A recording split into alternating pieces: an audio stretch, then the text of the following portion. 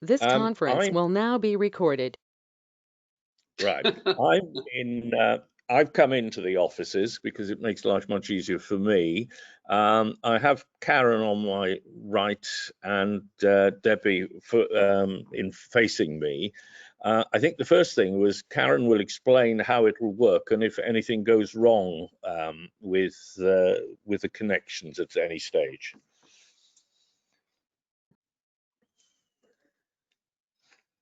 Okay, can you all hear me? Yes. Good morning. Thank you all for being present. First of all, I know we've had the trials recently, but can I just remind everybody that when you're not speaking, can you mute your mic? And if for some reason there are connection issues, I would first of all suggest you use you knock your camera off as well, and then obviously just speak. And as long as you can be heard and we can hear you, those are the main rules from Welsh Government, that we follow the regulations. Otherwise, I think that's everything. We do have the chat facility on the side of the screen, but I think we can see most of you. And I think the chairman, if he can't get a general consensus on an agreement, he'll probably go round the room and ask you individually to say whether you're happy or not with the reports. So thank you all. Otherwise, you just raise your hand and we can see your hand. Good. Well, I hope that's clear. So we'll start the agenda. Firstly, are there any apologies for absence? Yes, Chair. Mr. Alexander and Councillor Wright. Thank you. Councillor Griffiths, we haven't heard from. Councillor Cuddy, you've appeared now, or at least on my screen. We haven't heard from Councillor Griffiths, have we? Sorry, Chair, no. And I can see that, unfortunately, on the screen, Councillor Bird, who's here for agenda item 4, is being recorded as Councillor Ben Gray, but it is Councillor Bird. Oh, right. Yeah. Okay. That's okay. It's just for the record. Thank you. So the minutes of the meeting held on the 12th of March, hopefully you've read those. Can I take those as being a true copy of what was said? Perhaps you can raise your hands if that's the case. Those were present. Good. Are there any objections to any of them as not being accurate? No. Okay. So that'll be accepted as being true minutes of that meeting.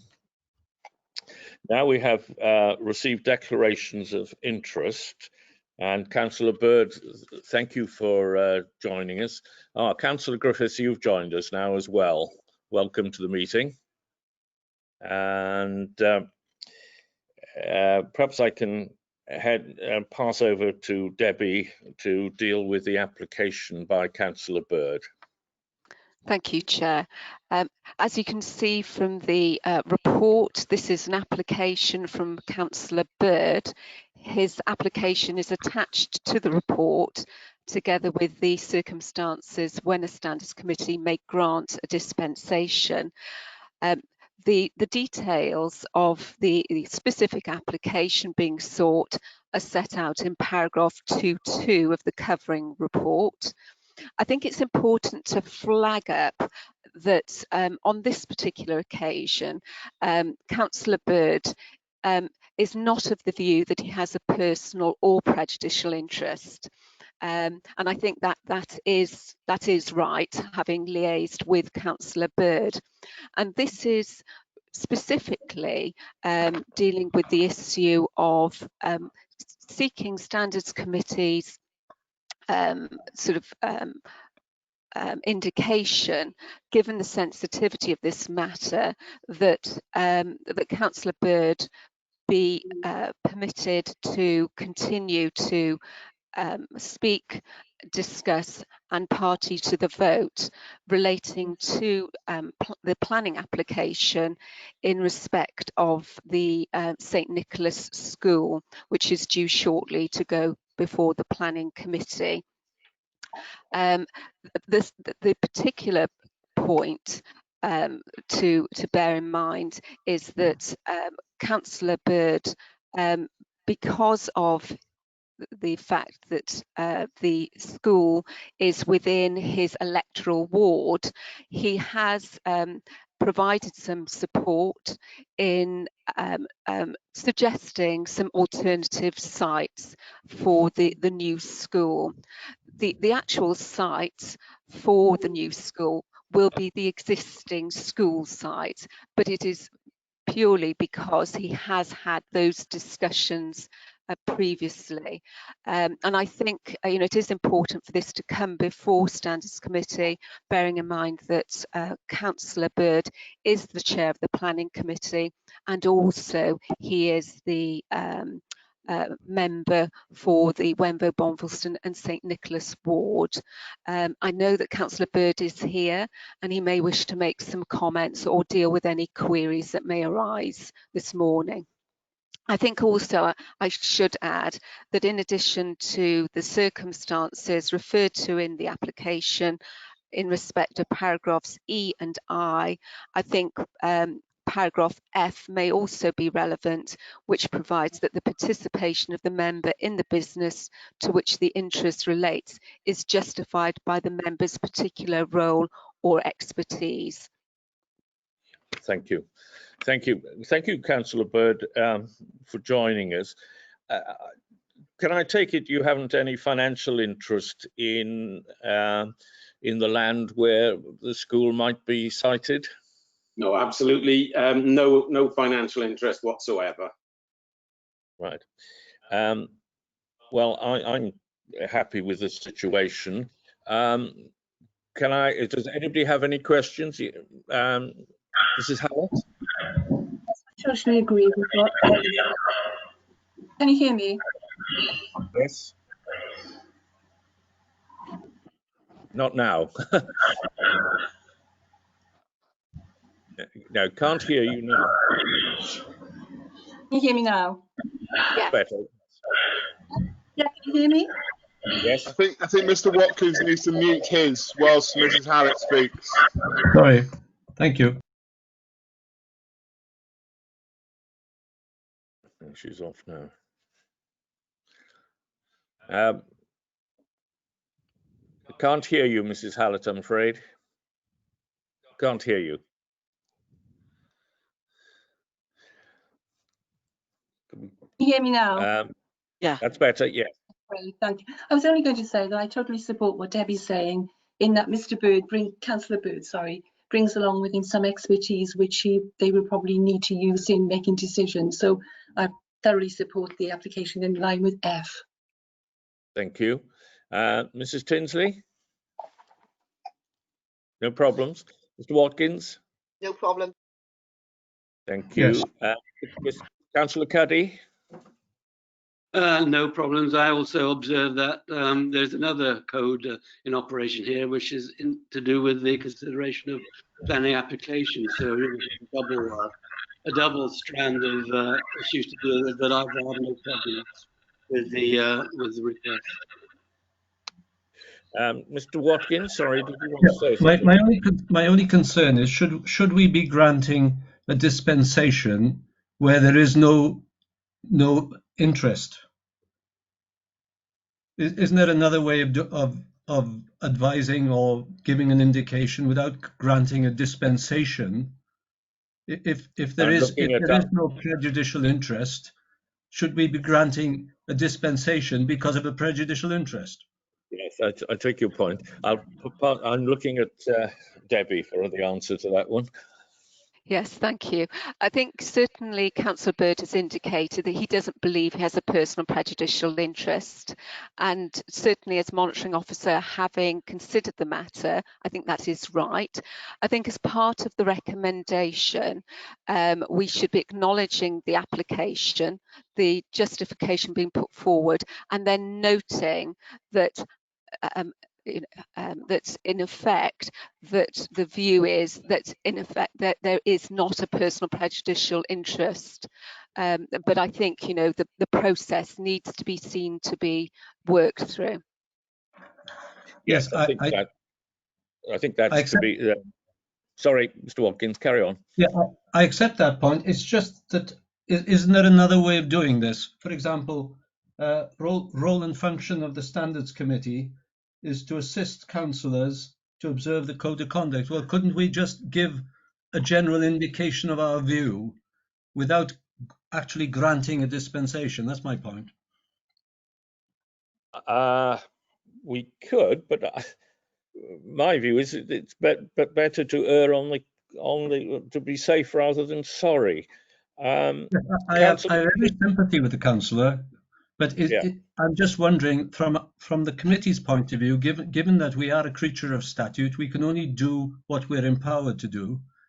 Should we be granting a dispensation where it seems that a dispensation isn't needed? Another suggestion could be to record in the recommendation that the view is that in light of the comments from Councillor Bird and the view of the committee, it doesn't appear to be a personal and prejudicial interest, but if there was, we would be minded to grant it in line with paragraphs E, F and I. Yeah, I think that I'd find that acceptable. Thank you. That's belts and braces, I think.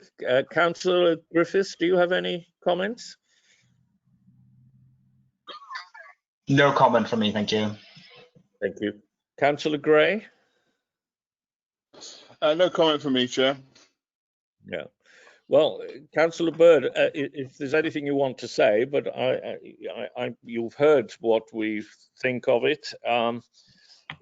If there was a need to refer it, it would be granted, but it's going to be granted in any event. Yes, thank you all. I did realise this was a very borderline case, but because it's such a prominent application, I just wanted kind of external views. I'd had Debbie's external view, and to have the backing of Standards Committee, I think is beneficial. It just makes it, makes us all open, and I would feel a lot more comfortable. So I thank you all for your time. And once this bit of business is dealt with, I will leave you to the rest of your committee. Thank you. Thank you very much. Thank you. Thank you. Right. I think I missed agenda 3, which was to receive declarations of interest. Are there any declarations of interest in relation to any matters being raised today? You're all shaking your heads. Councillor Gray. Sorry, I was just, if we've done the declarations first, I was just going to note that whilst Councillor Bird is a member of my group in the council, and whilst I'm Vice Chair of the Planning Committee and he's Chair of the Planning Committee, I do not have a personal relationship away from the council, therefore I don't believe I have an interest, but I'd like it noted. I obviously do have a knowledge of Councillor Bird over and above maybe other councillors, but I don't think I need any reason to leave the meeting. Thank you very much. Karen, do you want to say something? Yes, Chair, if you don't mind. It's not a matter to record for the minutes per se, because they've been approved with accuracy. But what I'd like to reflect is at the last meeting of the Standards Committee, Councillor Gray clearly noted in the minutes as apologies for absence. He was actually present at the meeting, and for clarity, I've spoken to Councillor Gray and I've said I would raise today the fact that the only reason he left the meeting was because we had to ask a member of the council to leave because we were over numbers, as referred to in paragraph 8.3 so of the Constitution. So if you're happy, I will note that in the declarations for the minutes for this meeting to clarify it for him, for the public. Is that okay? Yes, and it is because of the the makeup of the committee, in line with the constitution, requires that half of the members in attendance at any of the standards committee meetings is to be made up of independent members. And because we had more councillors than independent members, Councillor Gray kindly agreed to withdraw. Yes. You probably picked that up, but Mrs. Hallett and Mr. Watkins, because you were neither of you were here for good reason, the numbers of independent were one less than the numbers of councillors, so one councillor had to withdraw, and so that's what happened. Right, thank you. Sorry, Chair, sorry to interrupt, Mr. Hennicott. In terms of the minutes, then I had problems with my RSA token, so I couldn't get into the meeting at the very beginning. Are we saying that the original minutes won't be amended, but you're making a note on this set of minutes? Right, okay. Yes, all right. That's normal procedure, Councillor Gray. We amend the minutes subject to the subject to discussion at the meeting when they're approved. So I will note that in these minutes. We don't retrospectively go back over minutes and amend them as a council. Okay. I thought we did for accuracy, because at the end of the day, it says in there I was absent, and doesn't necessarily completely reflect what happened. That's what we communicated over email. I thought that we were amending the minutes. It's recorded in these minutes. It doesn't actually go back and amend the minutes that are on for the last meeting. But this meeting will record it, and we will make sure that the fact that you were there will actually be addressed in the list that's supplied on the website of members' attendance at meetings. So it will be addressed. Okay, well, all right. We'll have a chat about it another time then. Thank you. Well, I'm not particularly happy with that because I think it's a bit bizarre that we can't amend what's already in the minutes. But there we go. Oh, sorry, Councillor Gray. I mean, we voted that those are a true record. No, just a minute.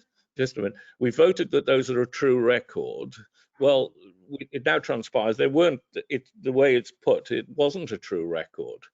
Can we not amend them? Yeah. I've just had a quick discussion with Karen. Karen is absolutely spot on that what she's advised is certainly our in-house style. But what I would suggest, if the committee's in agreement, that we put a footnote on the set of minutes from the March meeting advising how that they've been amended on the point of accuracy that's been raised. Yeah, right. I think that's the better way, that it can be recorded that Councillor Gray was present, but he had to leave the meeting for the reason set out there. Okay, Councillor Gray. Thank you. Yeah, thank you. If that's what it's best, thanks. We'll now move on to the forward work programme in 2020-21. Can I just say that it's put in there that there's a planned meeting for the 1st of October. It was my fault, if fault's the right word, that had to change because I couldn't make it. And I suggested it was brought forward, and I think today suited most people. So in fact, the intention was that this meeting would replace that one on the 1st of October. But with that comment just explaining the background, perhaps I can pass this now over to Debbie. Thank you, Chair. That's absolutely right with regards to the date of the October proposed meeting, if I can put it like that.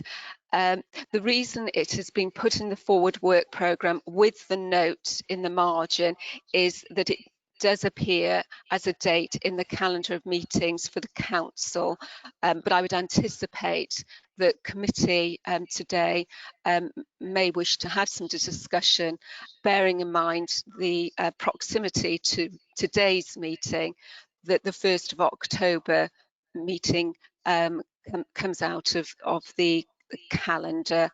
I think it's also important to flag up that because of the COVID-19 pandemic, the council's annual meeting, whereas normally it would be held before the end of May, new regulations have been introduced which have enabled us to set a date later than the end of May, as long as the annual meeting is held before the end of this calendar year.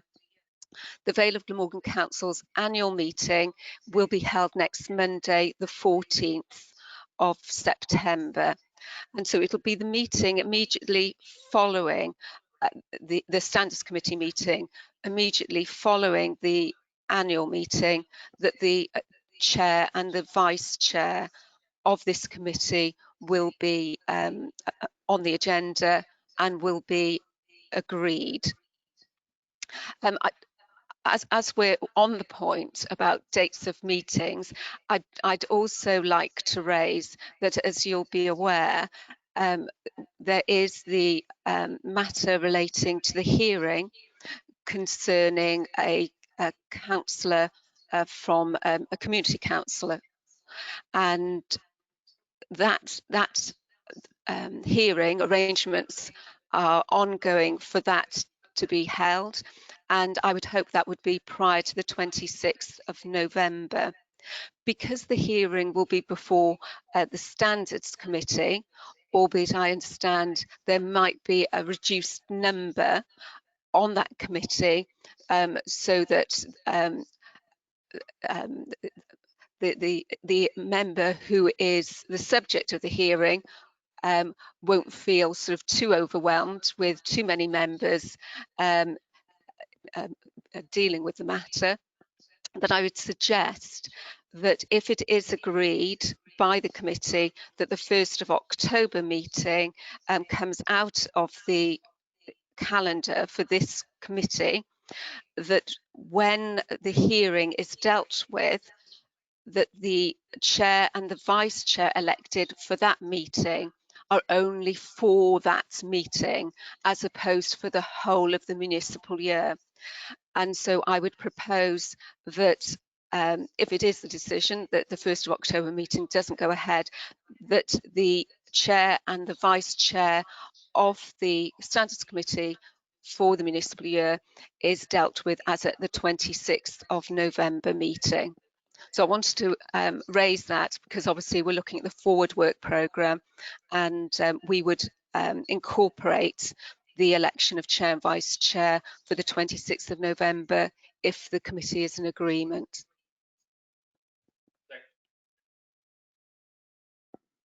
Thank you very much for that.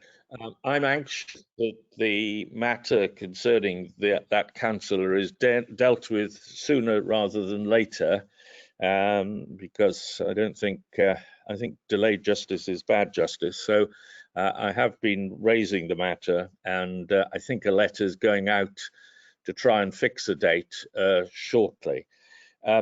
But subject to that, are there any points, firstly, on the dates of the next meeting? Has anybody got any issues on those? No. So we agree that there's no meeting on the 1st of October, but that there will be hopefully a meeting prior to the 26th of November to deal with that, that case. Good. The work is set out there. Are there any comments on that? Or Debbie, is there anything you want to add? Well, in the light of our discussion, I'll add into the forward work programme that as at the 26th of November, the committee will deal with the appointment of the chair and vice chair for the municipal year.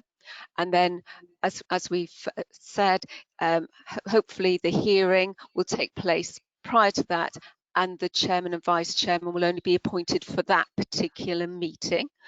Other than that, the only other point that I think is worth adding into the forward work programme, subject to any views that members may have, is that as at the 28th of January 2021, is for an update to be provided on the relevant provisions of the Local Government and Elections Wales Bill/Act, which is currently receiving consideration before the Senedd. Thank you very much. Anybody like it to raise any issues with regard to the programme forward work? Mrs. Tinsley? Thank you, Chair. I was just wondering, in terms of the independent reviews of the community and town councils, when will we get further information about which ones are running, how they're running, and how we'll be able to join in with those, and how we're going to schedule that between us so that we're not all turning up to the same meeting? Karen, are you able to deal with that? Yes, Chair. I was going to, well, Debbie was going to raise it at item 6. I've today had a complete list through of the Town and Community Council meeting dates going forward. And what I was suggesting, I was going to send this out to all members, and then I'd coordinate it with all co-opted members, like we did last time, on discussing, you know, the best way forward for you, and so that we're not clashing with you both going out, you know, 2 people going out at the same time. So if you're happy, that was going to be my suggestion on item 6, that Debbie was going to take the report later. Is that okay? That sounds fine to me. Yes, thank you. Mrs. Hallett, did you have something you wanted to raise? Yes, please. Just a question. The panel that's going to hear the hearing that we talked about earlier on remains the same. It's unchanged, is it? I would have thought so, yes. You were absent last time. We did receive training in that, so I wouldn't. I would have thought we would. I mean, my personal view is 5 is a bit is very strong, is too many, but it's pointed out that actually strictly he should appear before the whole of the Standards Committee. Well, which would be what, 10? Would it 8, 10? So, which does seem in this day of human rights to be pretty onerous. So for the time being, we will continue with the same who received the 5 who indicated and received training. Okay, thank you. Thanks. Anything else on that item? No. Well, the next item is report following observations at Town and Community Council committee meetings. Well, I assume there haven't been any, but we've now got I think it's fair to say the council is getting back to, well, not quite normality, but something like it. So perhaps, Debbie, you can deal with that point, please. Yes, thank you. Attached to the report is the calendar of meetings for the Vale of Glamorgan Council. As Karen has mentioned, she'll be sending out the schedule of meetings that we've received now in respect of all of the town and community councils, which I think was no mean feat in collating. So my thanks to Karen and her team for that. And that'll be shared with members. So certainly my understanding is that no meetings have been observed since the last meeting, and certainly that's understandable. I think certainly as far as the Vale of Glamorgan Council is concerned, we put on hold meetings after the 23rd of March and then restarted with Cabinet in July. And I think a number of the town and community councils also, because of the necessary restrictions, did reduce the number of their meetings.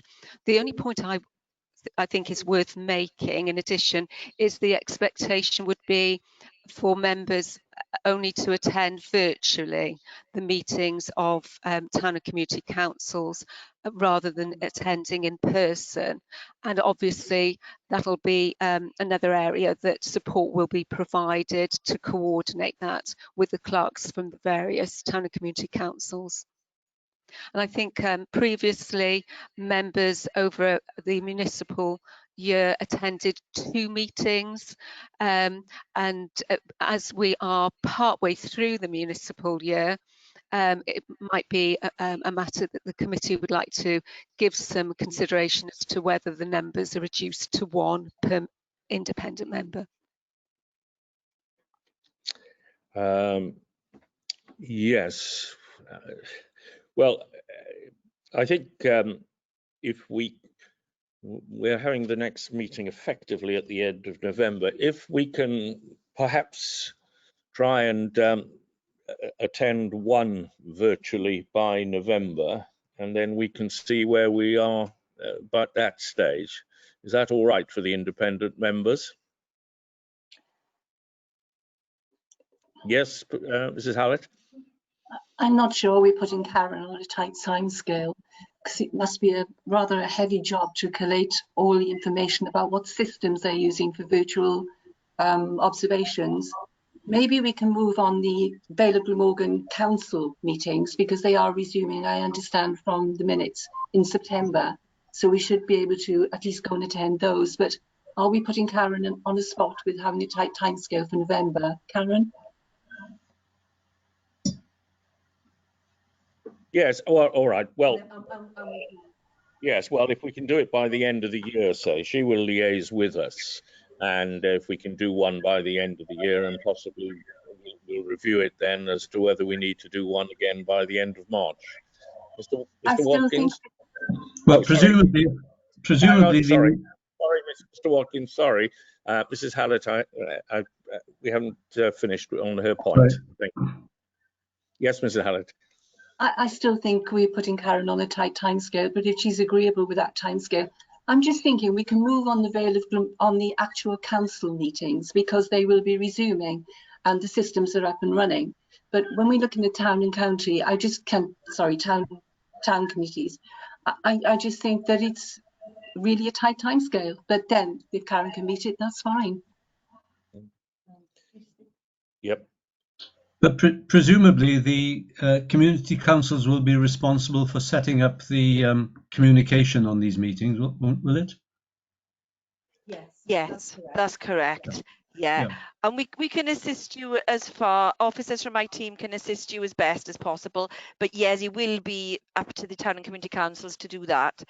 Thank you, Mrs. Hallett, for your kind words in relation to the team. Thank you very much. What I have got is an in-person virtually detail, which actually details for each town and community council what platform they will be using. And the majority of them at the moment are saying they're going to use Zoom. So it should be fairly reasonable for us before the end of the year to actually assist you with doing this. And I'm glad that you mentioned to November, because that would be relatively tight for us all, but the end of the year should be fine. Thank you. Good. Sorry. Thank you. Yes, Mrs. Hallett, sorry. I'm sorry to come back again, but I'm not clear. As far as the town councils, yes, that's fine. I understand that. But what about the county, the Vale of Glamorgan committees? I mean, they should be ready and up and running for us to move on those. Is that right? Yes. Because they are assuming they. Yeah. Yes, that should be relatively straightforward. Yes. So if you want to attend one of those virtually, when you get, well, you've got the list there. You can liaise with Karen and attend. Okay, yes. Thank you. Yeah. Thank you very much. We'll send you the details of what platform we'll be using, and if you choose a meeting after November, the first 2 weeks of November, it's highly likely the council will be moving to the platform called Teams. And again, if you need to have any trial meetings, one of my team members, and particularly myself, will be able to do that if you're not familiar with Teams. So yeah, we can assist you always, as long as you let us know which ones you're looking at, and then we can avoid clashes as well. Thank you. Thank you, Karen. Thank you, Karen. Right, thank you very much. Let's move on to item 7, the audit brief, members' code of conduct. Debbie, do you want to speak to that item? Yes, thank you. This is to bring to members' attention that there is an ongoing routine internal audit being carried out. I've attached at Appendix 1 the audit brief, and you can see set out within that the scope of the audit. And also I've attached at Appendix 2 the questionnaire that has been sent out by Internal Audit to all members of the Vale of Glamorgan Council. So at this stage it's a report for noting, and with one additional recommendation that a further report be brought back advising of the outcome of the audit. So it's for noting at this stage with that additional recommendation. Thank you. Anybody want to comment on that? Just one question, please, Chair. Does this involve all the councillors or just a select sample group, or does it involve everyone? Yeah, my understanding from speaking with the team leader from Internal Audit is that it will be all Vale of Glamorgan councils, but I can certainly clarify that point, and I can send an email out to members following the meeting. Perhaps we can just pick it up when we do the report, when we do the findings. That would be fine. Thank you. Thank you very much. Move on to the adjudicational panel for Wales, the annual report. This is 18 to 19, isn't it? And I see they had one case which they dealt with satisfactorily. Are there any questions on this report or any issues that anybody wants to raise? I don't think we need Debbie to go through it again. Anybody particularly interested? No? Well, no? Just to echo your comments, it was one case. It's not difficult to hit your targets when you've got one case. And the cost of that one case is quite enormous when you look at the expenditure of the panel. 37,000, wasn't it? Something like that. Yeah. Does the president get paid for this? Don't minute that. Okay, well, sorry, Mrs. Hallett, do you want to say something? Yes. Yeah, the interesting thing is that they just appointed 2 new legal advisors to their team. And if you look at these statistics, I mean, they seem to have a well-established team or a well-numbered team there. Yes. Noted, I think, is the best way of dealing with that. Yes, I think you're right. Well, perhaps we're all doing our job so well that they haven't got appeals from us anyway. We move on to item 9, the correspondence with the Public Service Ombudsman for Wales. Thank you, Chairman. As you appreciate, this is a similar report to the Part 2 report, and as part of our moves for transparency, I have this report in Part 1 of the agenda, but because of the nature of the correspondence that I have with the Ombudsman, it will be necessary to advise members verbally of that in Part 2 of the agenda. So it's a standard report providing members with an update of that communication between myself and the Ombudsman's office. Thank you for that. No items have been brought to my attention that are urgent. Is Karen or Debbie? Nothing? No? Good. So that